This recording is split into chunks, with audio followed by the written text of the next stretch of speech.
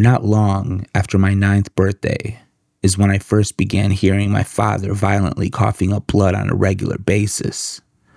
Rarely did I hear any more quiet that lasted longer than a few sparse minutes from the living room where he'd sleep alone in the fold-out bed.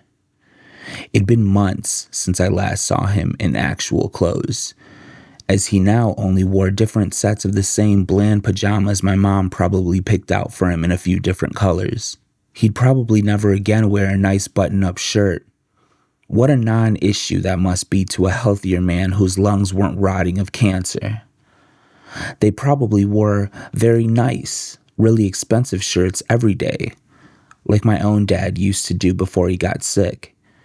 Now, he was on his way out.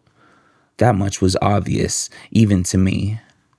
So, when one day after school, I opened my bedroom door to find my only aunt who I hadn't seen in years, standing there cheerfully humming to herself while cleaning up my toys for me, I should have put 2 and 2 together.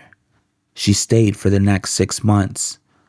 In 3, my dad would die in his sleep, and it'd be her who'd hear the loud gasp in the middle of some random night, not realizing until morning it was actually his last living breath before his body finally gave up fighting. She stayed another 3 months afterwards to look after her now widowed sister.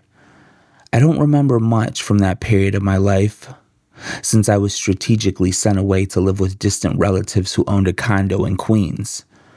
It's not like I was around to make many memories anyway. If I try to think back now, it feels like lifetimes ago. All I can tap into is seeing a lot of black clothes and faint whimpering. It feels like the sounds of sobbing were never too far off. It's eerily ambiguous, though. Still, the days I was able to spend with my aunt seemed like miracles. Those were the only times during that period where I'd feel truly happy. Like a much-needed return to form for the younger me who laughed constantly as a child. I loved Mama Teta, and even though nobody knows why I gave her that nickname, I used it for years. She adored me and took every opportunity to prove it. Though I left Romania when I was 4, I retained many more memories of my aunt than anyone else. How she'd play with me when everyone else was too busy, or how she'd nurse the many cuts and scrapes I'd get on my elbows and knees. These things must have left quite an impact on my single-child consciousness. I specifically remember an instance where the paper cut on my index finger was so deep that I wanted to burst into tears just looking at it. While cleaning it and putting on a Band-Aid, I remember my aunt saying, "It feels like there's a tiny little heartbeat inside your finger, doesn't it?" I nodded. "I know, sweetheart, I've had this happen to me before too." This was her amazing charm. She was easy to talk to. Such a sweet, honest lady. Though she and my mother grew up side by side, they were different people. She took after their own mom, while mine walked in her father's footprints out of pure admiration. They were sisters nonetheless. So when Mama Teta was told that she had a tumor growing within her liver this past year, it was difficult knowing the treatment she'd get wasn't going to be the world's best by any means. As the months passed, her condition worsened, and last Monday she fell into a coma. I heard the helplessness in my mother's voice when she called to tell me. You try your best in these types of situations, to console your loved ones and make sure they know that you'll be a rock-solid crutch for them during whatever may come. You try to think 2 steps ahead of whatever is currently happening, just in case. The spur-of-the-moment cross-Atlantic trips have to be every grieving family's worst nightmare. Just the logistics of it all. And in their mental condition, of course I was preparing to jump at any request my mom would make. Life does its thing anyway, though, and so, 24 hours later, her sister, whose real name is Rodica, passed away. My family isn't part of the ultra-wealthy in Romania, and because the country's still reeling from decades of deep corruption, the middle class is virtually non-existent. If you aren't part of the wealthy, you're part of the poor.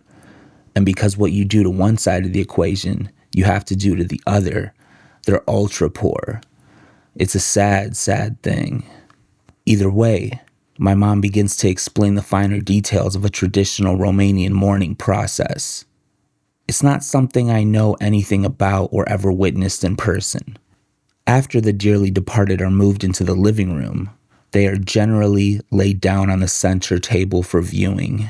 For the next 3 days, while the men and other experienced woodworkers craft a coffin from scratch, the family serves nonstop coffee and treats to an army of mourners who will randomly pop in and out at all times of the day and night, and next day and following night, and so on.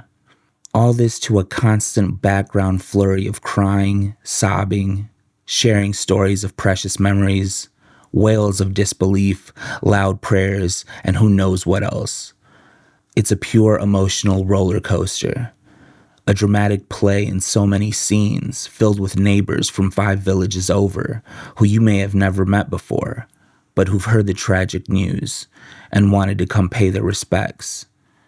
It's touching, but definitely not something an outsider would feel immediately at home around. And is the body at least covered this entire time? I asked my mom. No. For 3 days, they live alongside it. Seriously? They have no other options. No ambulance comes and takes them away like they do here. Over there, you look after your own dead, and when the coffin is completed, they'll place her inside and carry it out into the countryside to her burial plot in a procession through town. As selfish as this next feeling was, I didn't want my mom to go. I didn't want her to be a part of it, not these days. Not anymore. After so much, I wanted her to just be able to rest, not have to endure something of that magnitude. I can't imagine 3 hours of nonstop crying, let alone 3 days. Somehow, the universe seemed to hear my inner hopes. Our entire family begged her to stay put, to stay home, that there was nothing more she could do. So instead of having to finalize last-minute plans of getting her from one continent to another, she was able to hop on an Amtrak and spend this past week here in Chicago with me. To recharge her batteries, I guess. To just be able to find some mental quiet and emotional peace. Now, as I'm close to wrapping up this essay and seeing her off downtown at Union Station for her train back home, I'm sincerely trying to put myself in her shoes. I'm sure losing a sibling you've spent a lifetime growing up with is a weird feeling to have to go through, to outlive them, to think that they could have done a bit more with their life if only they would have had more time. Maybe it makes someone think about their own mortality and where they've gotten in seeing their own personal dreams coming true. Maybe my mom's running over all these things in her mind to the point where there's nothing left to think about. Maybe. All I can try and do is my part as her only child, her only flesh and blood, to try and live the best life I can in her name. Time will tell how successful I'll be in doing that, but an even greater feeling, though, is when we think of our loved ones who aren't here with us any longer and not feel a bit of regret, to feel a warmth and be completely calmed by just the mere thought of their name. To feel a deep need to smile because that's what they would have wanted you to do. Like even when you want to just give into the sadness for a second and purge yourself of tears, your body physically won't let you. A familiar presence fills your immediate space, and a gentle touch directly on your heart that makes you involuntarily inhale much deeper than you have in a while. Those are the types of things I hope my mother can feel as she sits down at her window seat and readies herself for a deep, meditative trip into her inner consciousness for the next 7 or so hours. Knowing the peace and tranquility she'll emerge on the other side of this experience with, how can anyone still harbor any doubt that our souls are indeed things which don't adhere to either the human concept or limitations of time? That they transcend realms of possibility, that whenever there's even the smallest hint of real love, Not even the giving up of one's own body and leaving it behind for greater vessels can break a bond between two sisters.